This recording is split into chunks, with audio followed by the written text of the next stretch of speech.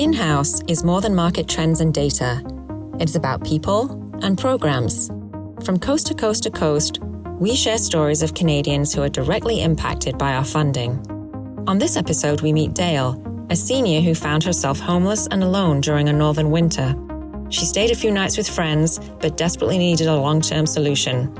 That's when she found Avon Pavilion. Supported by the National Housing Co-Investment Fund, the Pavilion bridges the gap between independent living and long-term care. It's the latest addition to the Avon's campus for seniors, a first-of-its-kind development in Canada's north. Thanks to the Pavilion, Dale has an affordable home, independence, and a community to call her own.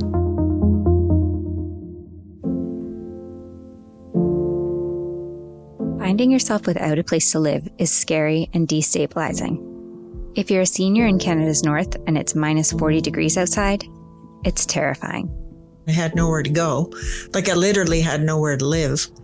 Yellowknife resident Dale Matheson is used to northern winters. But of all the challenges she's dealt with, she never imagined eviction would be one of them. She quickly found someone to stay with for a few nights and spent another few nights at a friend's parents' place, yet desperately needed a long-term solution. That's when she found Avon Pavilion.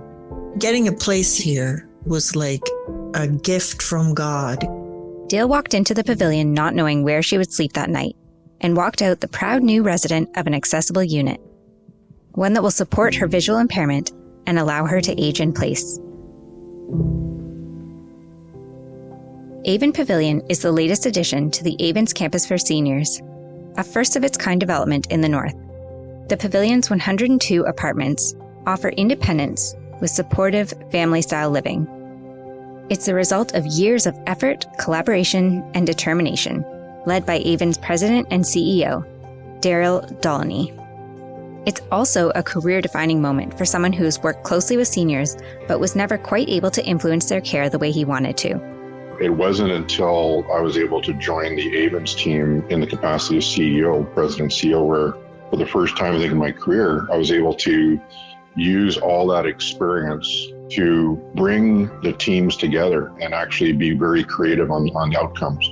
Long-term care and independent living were already part of the 10-acre Avon's campus, but the team was missing an option for seniors who don't need full-time care, yet need support to continue living independently. We were breaking barriers that were never attempted here in the north. The concept of a community within a community. And community is at the heart of the project. The definition of a home, I think we're changing it. Our home is not just the room that you reside in with your bed and your kitchen table. Your home is the complete building, and everything we have is an extension of what you have as your personal space. Construction started just before the pandemic and was not without challenges.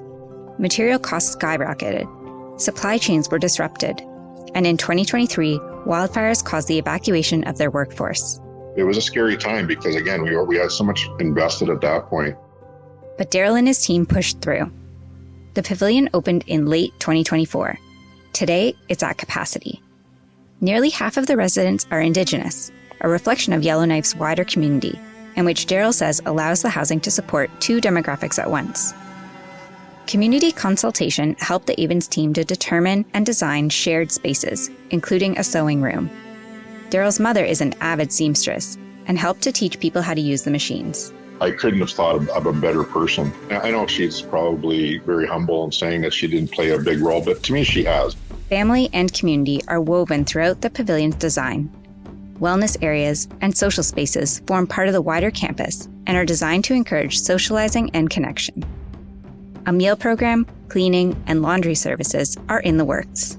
These added value services allows people to stay in their homes longer, which is what we want, and to do so with respect and dignity. For Dale, the move has opened up a whole new community. Just the other day, she cooked salmon for 4 others on her floor. I grew up in a big family, so I don't know how to cook for one person. Plus, it's all about sharing, right? And the other thing that's really cool there, you meet people from all over. Just all the connections that I'm making with people that I never would have met in a million years. When you live on your own, right? Finding her place at the pavilion is one of the better things that's happened to her in a long time. You never know when your life can change, right? Avon's is a safe place to be, and it's my place. Daryl hopes this place, this community, is just the beginning. Doesn't matter if you're a big market, small market, if you're in extreme remote Canada like we are here, you can still do projects. If you got an idea, surround yourself with good people. It comes back to the lessons he learned from his seamstress mother. You just need someone to take that sewing needle and sew them all together so they're all working on one fabric. Today, as he walks through the halls of the pavilion, he still gets goosebumps from the oohs and ahs of the new residents. That's usually the testament that we're doing a good job. It's a smile factor. That's what I look for, because it still motivates me going, okay, we did the right thing. Thanks for listening. You can find more success stories on our website at cmhc.ca.